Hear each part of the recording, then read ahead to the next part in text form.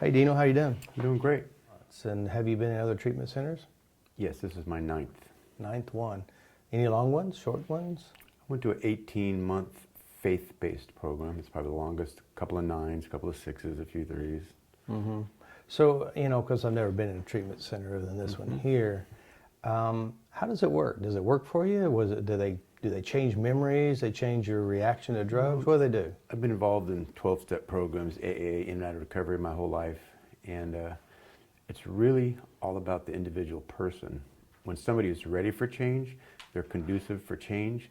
And unless you're 100% ready, I've tried to do it for mom, for the kids, for the courts, and it never seems to work until you're ready, I venture some of you might have been kind of ready. Yeah, but maybe I was still having fun. The negative consequences of my addiction hadn't quite hit full fold.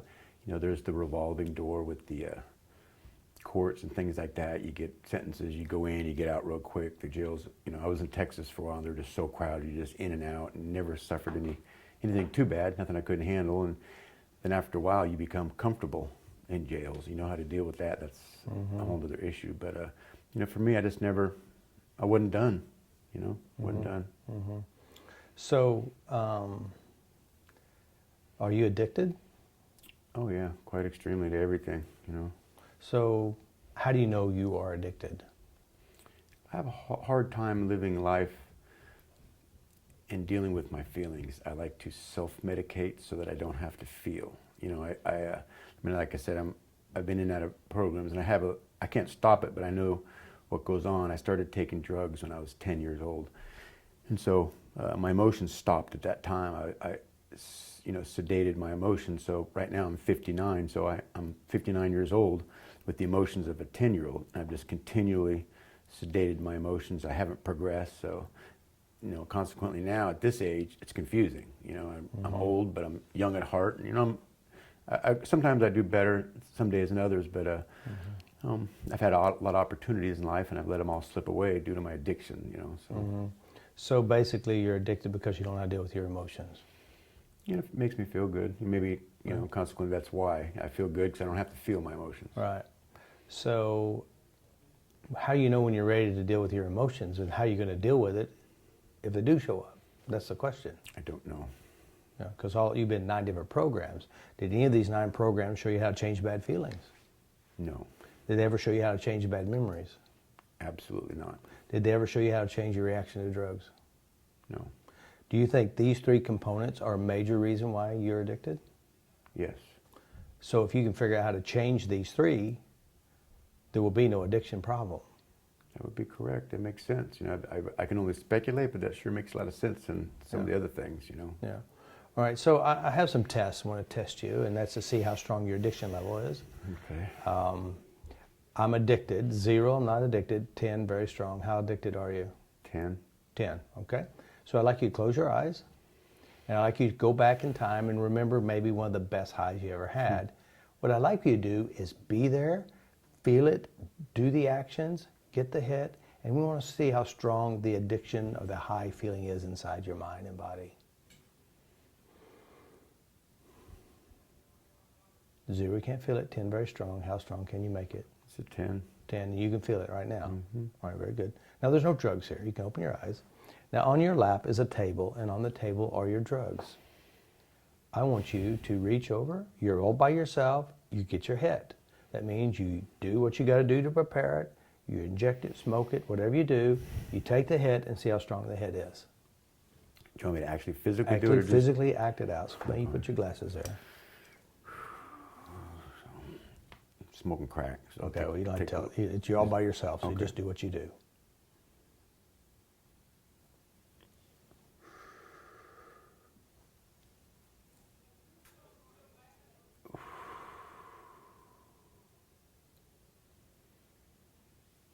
Zero to 10, how strong? It's probably 8, 9. Right, you can feel it in your body as well, right? Yeah, it's upsetting my stomach. Okay, good. Now, there's no drugs. All right, take your glasses. I have another test for you. Oh, God. 0 to 10, how's your reaction? That's a 10. Where your eyes go? just all over. You know, I mean, I'm the kind of person, I smoke any and all kind of drugs, you know. I went to down, looks like it's crack or something. That's probably a crack pipe over there. Take a hit, wash it down with a bottle of whiskey. Right. And 0 to 10, it's 10? And you feel it in your body somewhere as well? Yes, sir. Right. Yeah, none of this is real. It's all fake. Real in my head. I know. And that's really that's where actually all the problem is, inside your head. It's not the actual drug. I mean, where you are now, when's the last time you hit? When you had drugs? About 6 months ago. 6 months ago. So you've been free for 6 months. You're not physically addicted. But it's the mental stuff. And that's where most programs don't know how to change. And that's why you're here. That's why we're here. So what we want to do is we want to help you change that to where you don't have to do anything but be happy and enjoy your life without drugs. Sounds like a plan. All right, very good. Right. So now let's say you're free to go. Your legal problems are gone. You're out there in the real world. You're out there in your neighborhoods, your communities, wherever you are. Worst day of your life. People you love were killed. You don't have a job. You don't have a place to live. You're on the streets. Guy pulls up in the truck. In the back of the truck's a lifetime supply of all the drugs you ever sell or use. No catch, no nothing. They have a title and the keys to the truck in their hand for you. What do you do? What's the scenario? Is this right now or just in the shitty part of your life? Because your number one reason why you have problems is you don't know how to deal with your emotions. Yeah, this is the worst day of your life. I'm still taking that truck right now. I'm not quite ready. You know, the other day I went to the doctor's across the hill, and I get sick to my stomach. I worry about stuff. In my mind, I want to quit, but I'm not quite there yet. So right now, honestly, I'm taking the truck. That's what most people say. All right, good job. And the others who didn't say they take the truck, that were lying. Yeah. So we know that. Yeah. Good job. It didn't have to be a truck. It could be a wheelbarrow. I'm still taking it. So let me ask you something. Did any of those other treatment centers ever do this? No. No. I mean, I've actually done some things where you would look at pictures of stuff, and they'd actually give you, it was electroshock therapy. Oh, shit. Where you'd look at pictures of stuff, and they'd give you a big jolt of electricity. How'd that work for you? Pissed me off, made me want to go get high. What's some of the other crazy things that you experience in rehabs that's supposed to help you? You know, just the 12 steps and, you know, praying and, you know, a lot of them were trying so hard to overwhelm me with just blocking it out. But, you know, like I said, if you're not ready, you know, mentally you cannot block those things out. They're always going to creep in. And like I said, sometimes you'd get mad. They try to force it down you. You know, I've been in prison where they send you to ones, you know. I was one in Texas, and they put there's a 6 months therapeutic community in one of the toughest prisons in the nation. So every time you went to the chow hall or anywhere, you know, the bathroom, the showers and stuff were insane. So it was just wasn't conducive for any kind of therapeutic value. It was just so hostile. And they tell you, okay, now come in here and, you know, let's do some 12-step and let's do, you know, just never been in the right place. That's why this place here, it's almost a spiritual place. It's very conducive. It's very set up. And then for right now, I never felt right. So I feel right now. So I'm very open-minded. Well, you're getting ready to experience something you've never been able to experience before. And you'll never get anywhere but right here. And that's what we know how to do, is change those 3 areas. Change how you feel, change the bad memories, and change your reaction to drugs. And we'll give you the skill to do the rest of your life. Sounds great. All right, good job. Well, you had recently had a couple of sessions. Yes. And so how was it for you? It was great. You know, it's very odd how the brain works. You know, sometimes you try to focus on something and it's,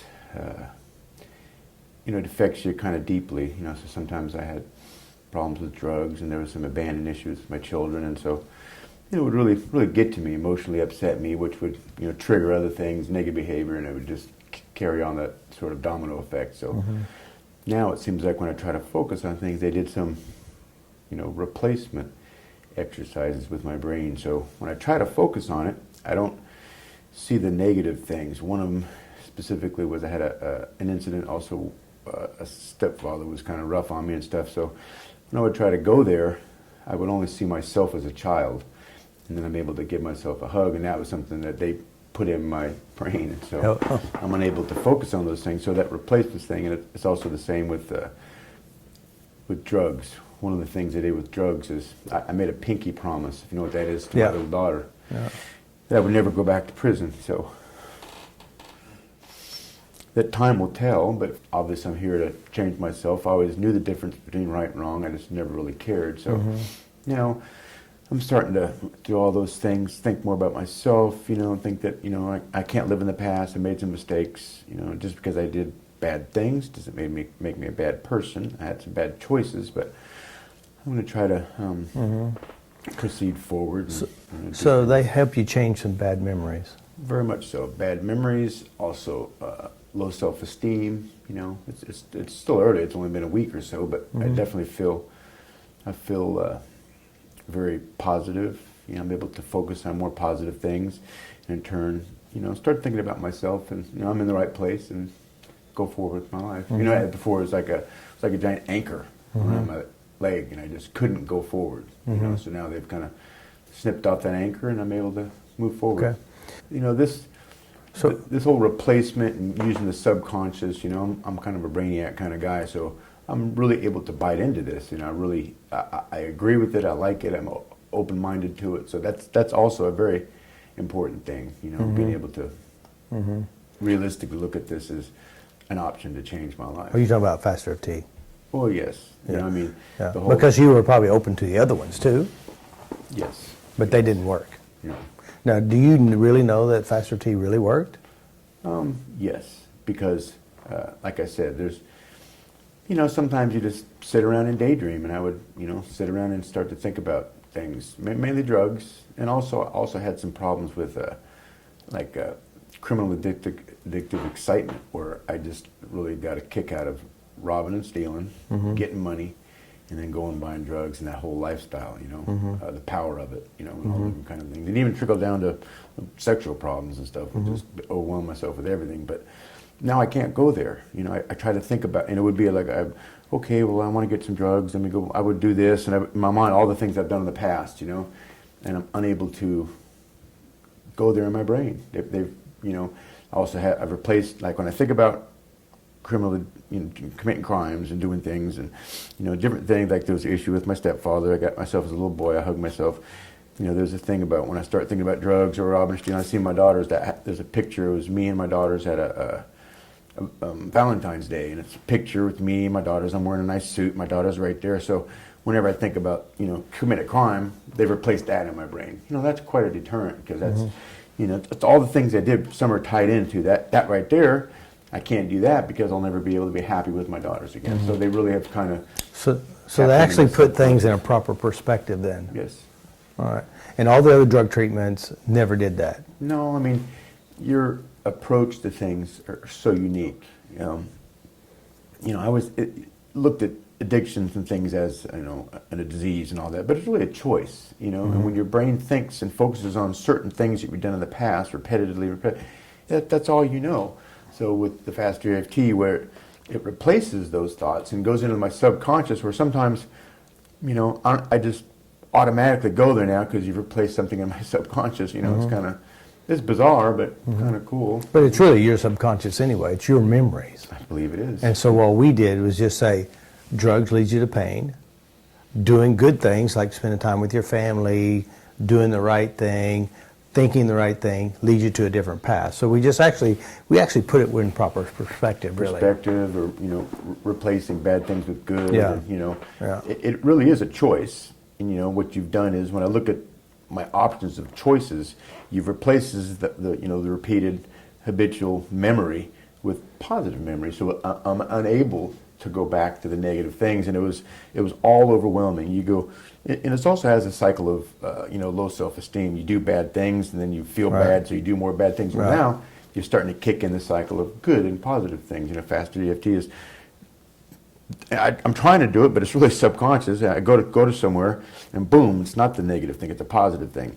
And, you know, so if I do drugs or smoke crack, that's going to, you know, mess up my abandonment issues, and then I'm going to feel bad about it. So I got to do this to feel good, and then it's a domino effect in a positive way. It's flipped the script, so to speak. Very good. So I'll do a couple of tests with you. You know, first of all, are you addicted? Yes or no? You know, without describing it over and over and trying to figure it out, I have to just say no right now. You know? And why do you say no right now? I don't want to do drugs. And not only do I not want to do drugs, I can't even think about doing drugs. It's just replaced that thought, and it's put such a spin on it that it's like, you know, lack of a better terms, it's yucky. You know, if I try to go do something like that, it's just yucky. It's negative, it's bad, it's awful, it's disgusting. So I can't. And that's a new thing since we started working with you. Very much so. I mean, I even have been diagnosed as like a psychopath, as somebody who has no conscience whatsoever. And now I feel, you know, I feel a goodness in my heart, and I don't want to be like that. I want to be a good person. I want to do good things, and I still got a couple years left. So I want to rebuild the relationships with my family and move forward with my life in a positive way. So would you venture to say that, you know, of course they diagnosed psychopath, whatever, but honestly, don't you think that really what drove your behavior was your own hurt and pain? Yes, yes. And you know, no one else could ever help change that, but we helped you? Correct. You know, I mean, alcohol and drug addiction is a symptom of something else, and so you're trying to squash something in my brain, and, you know, I didn't like to feel, so I would self-medicate so I didn't have to feel. And so now that yucky stuff is gone, so I'm able to feel again, and I feel good, and I want to do good things. It's, you know, it's simple, but sometimes I made it more difficult than it needs to be, maybe because of my big brain, but, you know, now you guys have replaced that in there, so it's okay. So, well, I mean, my opinion about the whole thing about this is that all the other programs don't know how the mind works. No, and so what we did is we just ask you the questions, you give us the information, and we know what your desired outcome is, and we just help put things in proper perspective. Now inside you, you have what you call better references to do things. Yes, I mean, it's unique, overwhelming, and very new to me, but so far it's great. You know, it's in here. It's, you're not really tested. There's not a whole lot of drugs, but I just can't even imagine, you know, if I ever have an opportunity, which I haven't yet. It's still so new. I just, you know, it's almost like somebody would hit me over the head with a hammer if I thought about doing drugs or something. It's just something that's very foreign in my brain right now, which is a very good feeling, which makes me feel good about myself. So drugs definitely is not a positive thing. Not a positive thing, and doesn't really seem like it's a possibility. You know? Okay. All right, so I'd like you to close your eyes, and I'd like you to go back and remember getting high somewhere in your past. See if you can find any emotions or feelings with it. No. So what happens when you go there? 0, I feel nothing. 10, very strong. I want to use. -10, definitely no. No, definitely no. You know, so it's a -10 or a +10 or? This is 0. This is 0. There's really nothing there. It's, you know, before I would try to picture drugs, you know, certain types of drugs, and so what I was just looking at in my brain was myself as a little boy, and you know, give myself a hug and told me that everything's okay, and you kind of went, jumped into my heart. That's something that FasterEFT taught me, so I was unable to go there. It was almost like a blank screen, like I would see right here in my brain, that's where the drugs would be, and then the little boy's right here, so I just focused on the little Dino, and, you know. Very good. So you have a better option then. All right, so I'd like you to do with your eyes closed and on in front of you on your lap is the drug. I want you to physically act out to get high, however you got high, and see how it feels. If you feel any desire, if it feels repulsive, or what feeling you have when you try to do it. Go ahead and try it.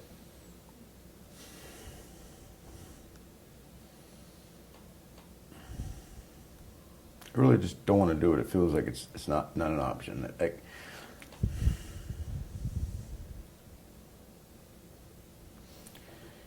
I used to smoke crack, and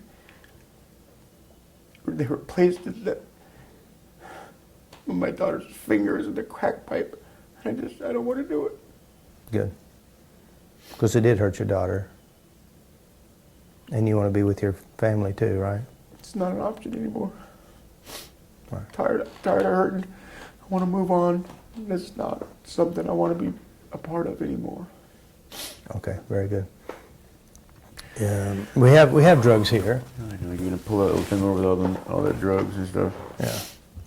And when you see the drugs, what's your reaction?